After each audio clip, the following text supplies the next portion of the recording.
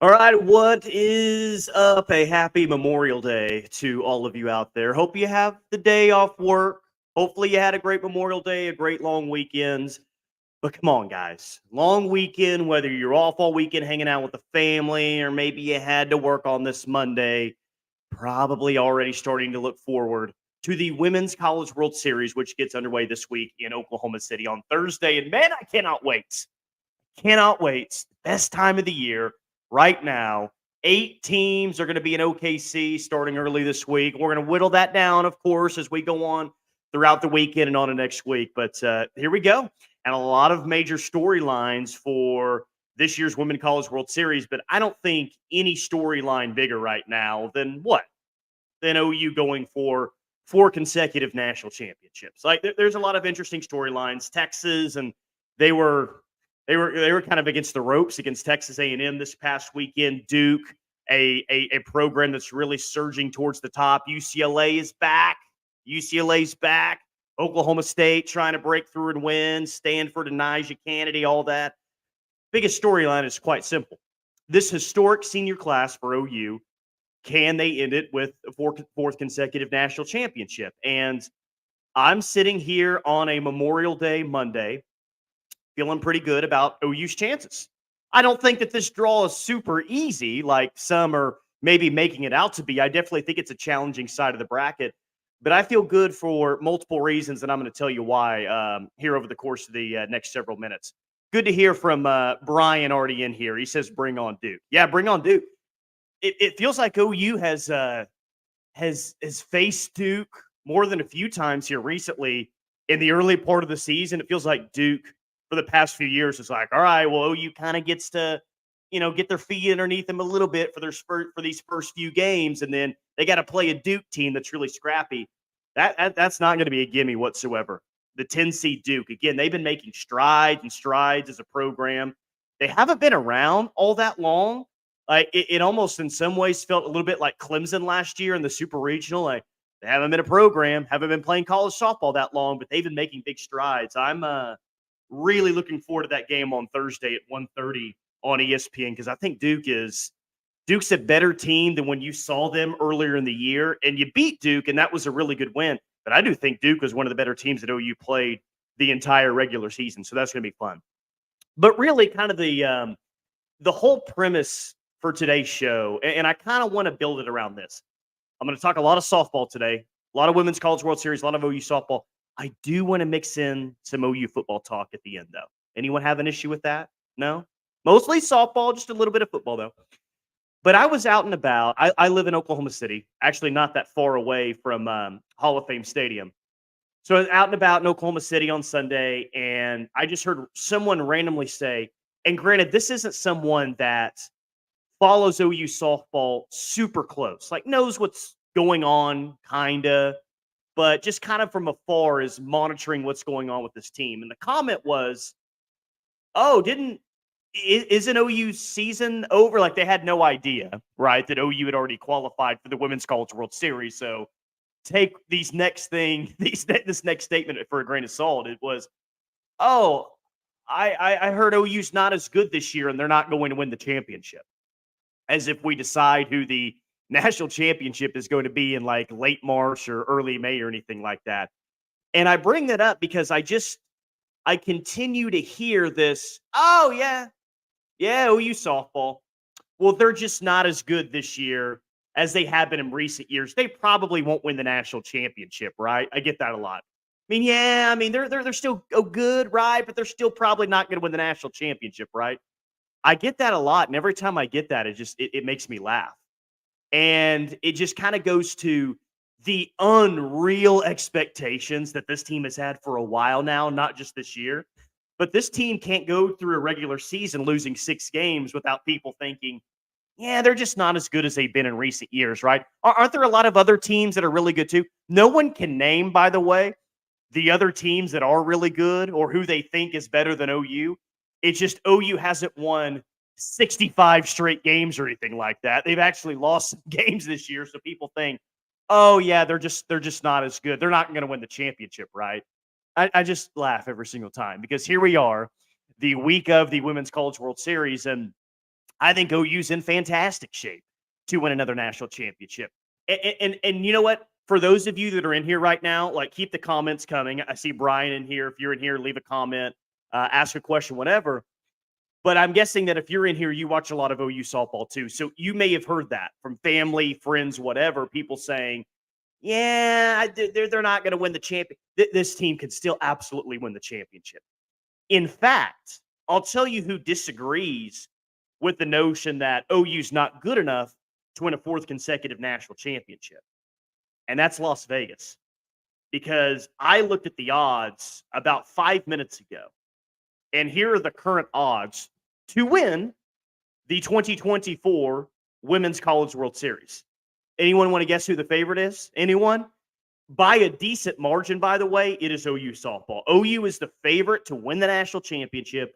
OU minus 130. And then the next is Texas plus 500. Now, I get that everyone isn't, caught up with the gambling lingo. So I'll kind of explain what that means.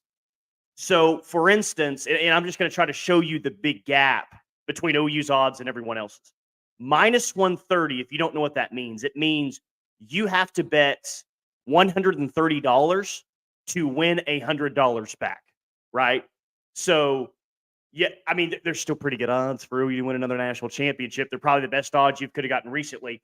But you have to pay $130 for the chance to win $100. Does that make sense? Now, the next best odds is Texas at plus 500. What that means is the plus sign, plus 500. If you bet $100 on Texas, plus 500, you will get $500 back, okay? So the team with the best odds, OU, you have to pay $130 to win $100. For Texas, if you bet on Texas, the next best odds, if you bet 100 less than that 130 and Texas wins the national championship, you get $500 back. So you don't have to be up into the gambling lingo to understand that Vegas still really views OU as not only the favorite, but kind of the overwhelming favorite to win the national championship. Now, it makes sense because OU, they're the best thing going on in the sport right now. They're a dynasty for a reason, so it would make sense that OU's still the favorite, but that's a pretty big margin. Texas plus 500, Florida's at plus 1,400, Stanford plus 1,800, Oklahoma State plus 1,800, UCLA plus 2,000. So you see the gap between OU and everyone else is gambling-wise, odds-wise, there's still a noticeable gap. Now, I don't think for a second that this OU team, though I do think they're playing their best softball right now, I don't think for a second that this team is just so good that they can just roll out, whatever, we're going to cruise through Oklahoma City and win a national championship. Like, I don't think that this team is that good because I think that there's some really good teams in the Women's College World Series, and I think there's some really good teams on OU's side of the bracket. Like, if I'm going to sit here and predict this thing out on Monday, OU did a very rare thing last year. We know it's hard to win a national championship. They've won 3 consecutive, so I do think that we take that a little bit for granted, just how hard it is to even get to Oklahoma City because it's our baseline level of expectations now for this team. But this team last year rolled through a national championship and didn't lose a game. I mean, that is just so difficult to do. It's so difficult to do. And that team did it last year. Won a national championship, rolled through OKC, and didn't even lose a game, even in the championship series. There's been years, and it's happened during this run, and if you've been following OU softball now for a bit, you'll remember this. There's been years where OU's lost 2 times in the Women's College World Series, and they won a national championship. Remember the year where they lost to Odyssey Alexander and James Madison? The first game, had to win 4 consecutive to get to the championship series, then lost to Florida State the first game and had to win the next 2. It is hard to win this 18 tournament. It is. It's really hard. And one year, OU lost 2 games, two losses it took for them to win the national championship. Last year, they just rolled through it like it was nothing. I don't think that's going to be the case this year. I think OU will at least lose 1 game on their way to a national championship. Maybe they lose twice. Maybe they lose twice like they did a couple of years ago. But I don't think anyone views this as just a cakewalk tour for OU or just a cakewalk thing like on their way to a championship. I think everyone here and everyone watching and listening realizes it's going to be very, very difficult. But you got to like where OU's at as a pitching staff right now. I mean, am I the only one on that one? Because you felt good about Kelly Maxwell for a while. That hasn't changed. I know she didn't have her best start against Florida State, but it was still good enough to win. It was still good enough to have a 5 inning run rule on Thursday night. That's a good Florida State lineup. Like, let's remember that.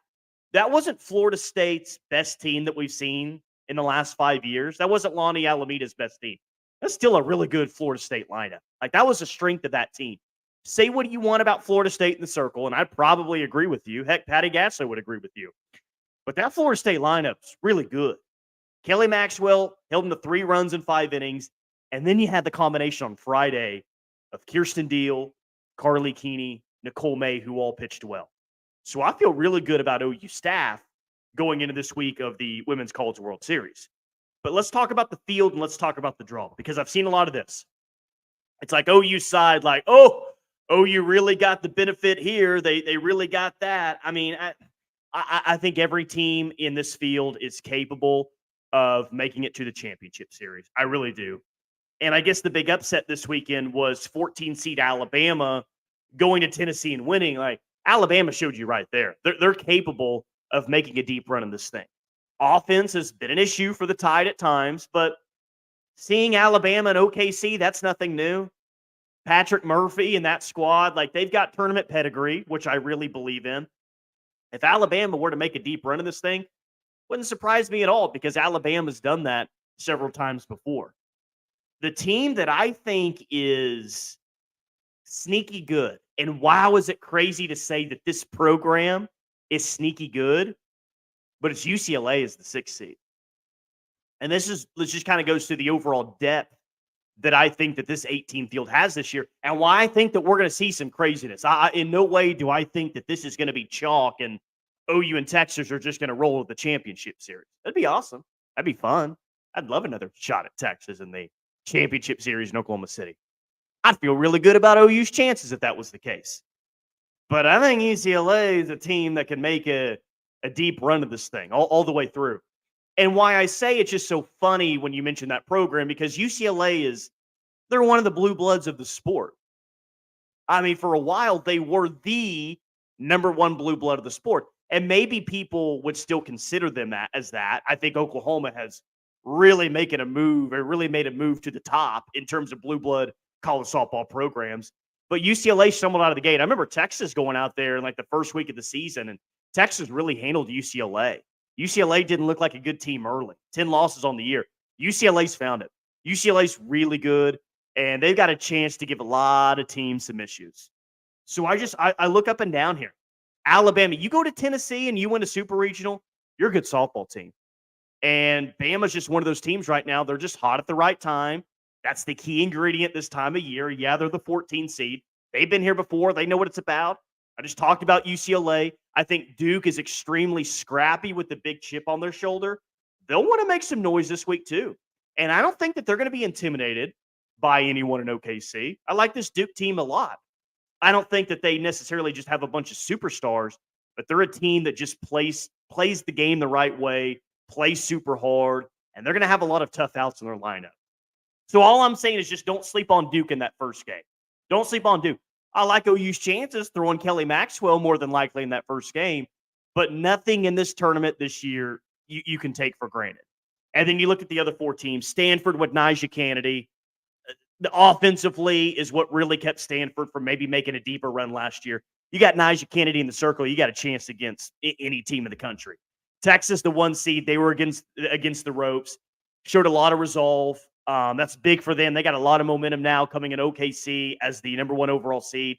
That was a big 2-game stretch for Texas. Texas was like dead to rights. Were they down 5-1 in game 2 and 6 outs were remaining? Guys, I thought Texas was going to get swept by Texas A&M, and you probably did too. Now, they had the trash in between the walls. That was not the best look for UT. I thought Texas was going home early, found a way, got some momentum. And please keep that horn in Austin. Don't bring that horn to Oklahoma City, please. I cannot stand to listen to that throughout the entire week. God, I mean, a heck of an atmosphere there at McCombs Field, and I'll give them credit for that. But dang, man, that was super, super annoying to have to listen to that again, like we had to listen to it during the OU series like a month back. Stanford and Texas, definitely good enough to make deep runs. And then there's Oklahoma State and Florida. Again, Florida tournament pedigree. Oklahoma State, now you look up, they've been here several times. So I just think that this is a very impressive field. It's a deep field. And I just think that we're going to get some upsets, man. I really do. And if I'm going to look anywhere immediately for an upset, and maybe some of you are kind of thinking this as well, Najee Kennedy's really good. I think Stanford's going to beat Texas Thursday night, 6 p.m. on ESPN2. I think the 1 seed Texas goes down. Now, I don't think Texas is going to go 2 and barbecue and just find themselves out of the tournament in a couple of days. I think Texas will fight back and win a couple of games. I'm just a big believer in Najee Kennedy. And if you watched last year's Women's College World Series, you are as well. That's a Stanford team that got close a year ago. They want to make a deeper run. They feel like they're playing some good softball after beating LSU in a super regional. Watch out for Stanford because they've got the best pitcher. They've got the best pitcher in the entire field. And that goes a long way. That goes a long way into making a deep run of this thing. Stanford got to have some offense, too. That's a big key for Stanford. Brian says, cherish each at-bat from these girls. That's so true, Brian. I mean, it really is. And I'm like trying to live in the moment of this run with the senior class with OU. And you can kind of tell that they're trying to cherish every single step along the way as well. And I think Alyssa Brito even said as much after her 2-home-run night against Florida State on Thursday. It's just, she knew it was one of her last games ever at Love's Field. And you want to soak that all in. You kind of want to be present and live in the moment for that. So I think this team is doing that as well. But yeah, it's just going to be really weird in 2 weeks' time looking up and saying, wow, that was a memorable run. And we're going to remember this class forever. I don't know what the future of OU softball holds. I bet it's a lot of more really good seasons. But this is a senior class that we're going to remember for a long, long time. And it's just going to be crazy to look up in a couple of weeks and realize that Jada Coleman's never going to play for OU again. Tiare Jennings is not suiting up. Or Kinsey Hansen. Or Riley Boone, who I love. That one's going to be tough, Riley Boone. You know, you've just seen these players play so much softball for OU over the past years. It's like, dang. It's just going to be weird when you look up in a couple of weeks. And we're a couple of weeks out from that being the case. Win, lose, whatever happens in OKC. I'm not ready for that. So good point there, Brian. I'm really going to cherish each at-bat that this team has because they've been a lot of fun to watch this year. But I'm jacked. I'm excited. And whether you're watching this live, watching on demand, drop in the comments who you think is going to play in the championship series. Interested to hear from you guys. And like and subscribe on this page if you haven't already, please. Really helps me out. But also because I'm going to have some guests throughout the week making their own predictions about what's going to happen in OKC and a lot of different things. So if softball content's really what you're looking for, this YouTube page, I'm going to try to have something up really about every single day, whether it's in the morning or the evening. Going to try to have something up every single day. But excited for it. Hopefully a lot of you are going to make it out to Hall of Fame Stadium this week to check out Oklahoma or whoever you follow, or maybe you just love softball and you want to go out there and watch some softball. It's a good time of year. Good time of year for sure. I said that I wanted to talk a little OU football before I get out of here. So I'm going to do that. I'm going to do that now. And if you guys got more comments, I'll read these comments through before I get out of here as well. So I went on a podcast last week. That SEC podcast is what it is. They got a big audience. They asked me to come on, talk some OU football. So yeah, of course, love talking OU football. And I made the statement that I think that OU is going to have a top 3 defense in the SEC next year. And whoo boy. I mean, apparently that was the hottest take ever. And I get it. I understand. Like for people that, and even for people that have watched OU, but certainly for people that haven't watched OU and didn't watch them a lot last year, Oklahoma? Whoa. The team that will score 45 points a game, that will give up 45 points just as easy, that Oklahoma team, that team that's played 48, 47, 59, 56, like all games like that, you think, you noob to the SEC, you think the team that you talk about is going to roll into the SEC the first year and have a top 3 defense. So I get it. But the answer to that is yes, I do think that OU can absolutely have a top 3 defense in the SEC. I'll do you one better. I think OU can have the second best defense in the SEC year one. I think it's going to be difficult to be the best defense. I think Georgia has that claim, and I think it's going to be really tough to be a better defense than Georgia next year. But my overall point to why I think OU can kind of kick down the door defensively in year one in the SEC is this. And here's kind of the point that I made. Georgia's the best defense in the SEC. I don't think there's much question of that. But who's 2 and 3? Well, in past years, you'd say Alabama, and you'd be right about Alabama. Most years, it'd be Alabama 1, Georgia 2. Alabama lost a lot from that defense a year ago, including their best player, Caleb Downs, who's now at Ohio State. But what's the bigger point? Well, Alabama's got some question marks on their defense, and Nick Saban ain't there anymore. So with an offensive mind in like Kalen DeBoer, and I think Kalen DeBoer will be a nice job. I think the expectations are too ridiculously high for Kalen DeBoer. But I do think that Alabama will have a solid defense, but is it just a given that with a new coach, new coaching staff, and maybe more of an offensive mindset, that Alabama is the slam dunk answer for the number 2 defense in the SEC? I just don't know that it is. Okay, well, how about another program that you thought of in recent years? LSU. LSU statistically had one of the worst defenses in school history last year. One of the worst.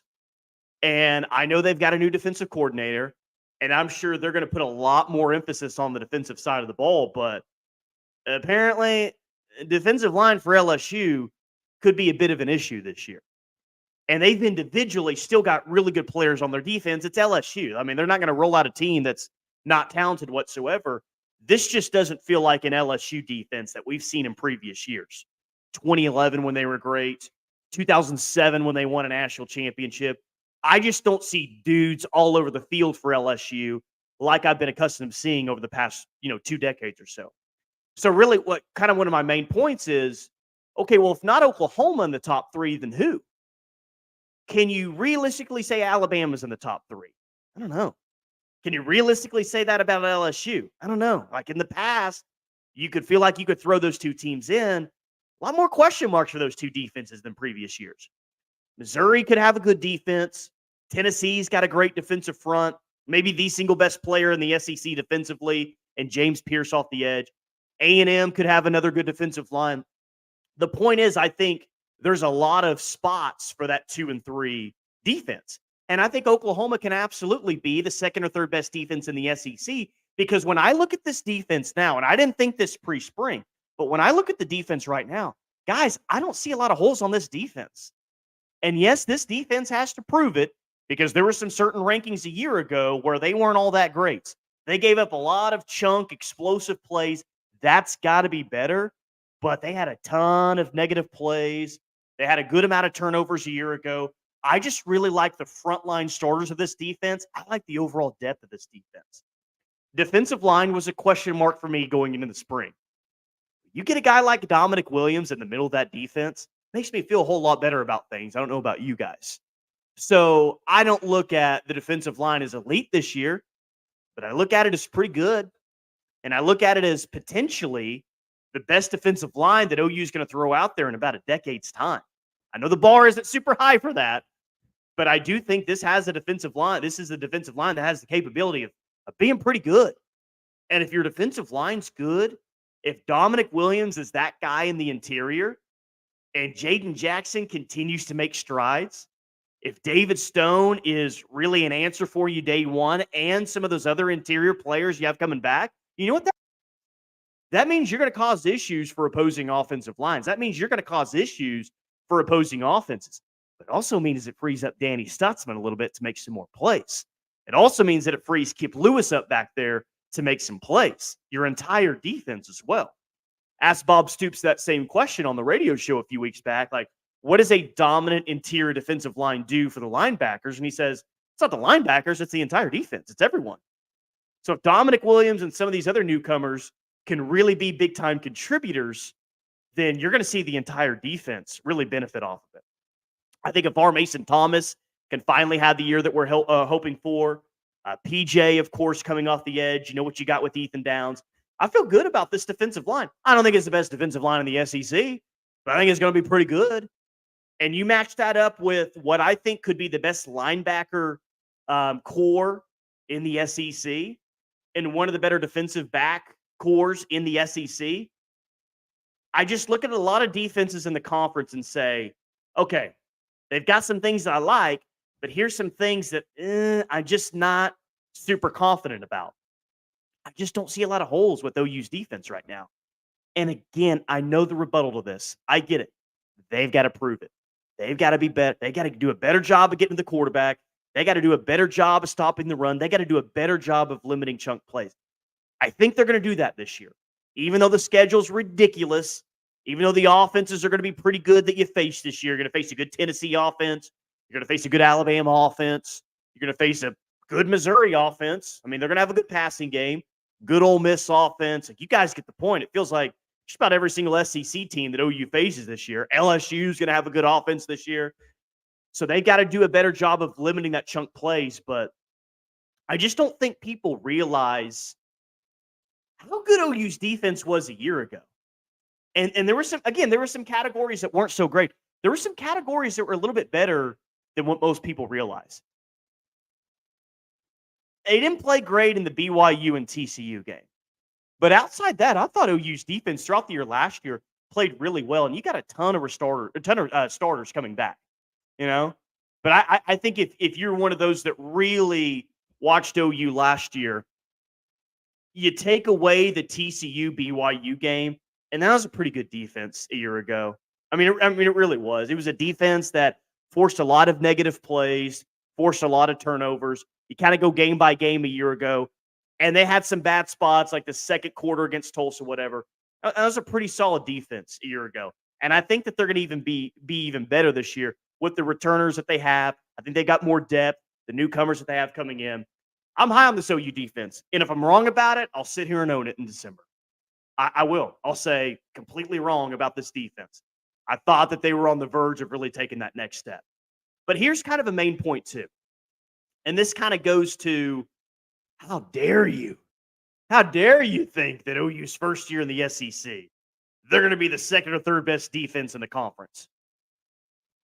If they're not, if that's not a realistic conversation, why'd you hire Brent Venables then? Why did you hire Brent Venables if by year 3 you didn't think that you could be one of the better defenses in the SEC? Because is that not why you hired him? Did you not hire Brent Venables because you wanted to be better on defense? That was one of the major reasons why you did. It wasn't the only reason, but everyone around here wanted to get back to playing elite defense.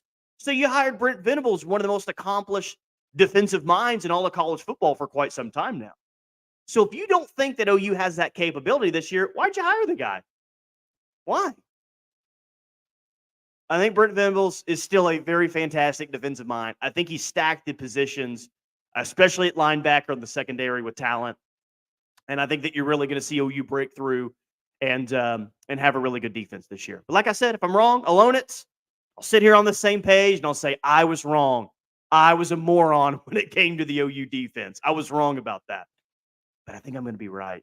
I don't think they'll be the best defense in the SEC. I don't think that's going to happen. I think it'll be Georgia. And maybe they're not even the second best defense in the SEC.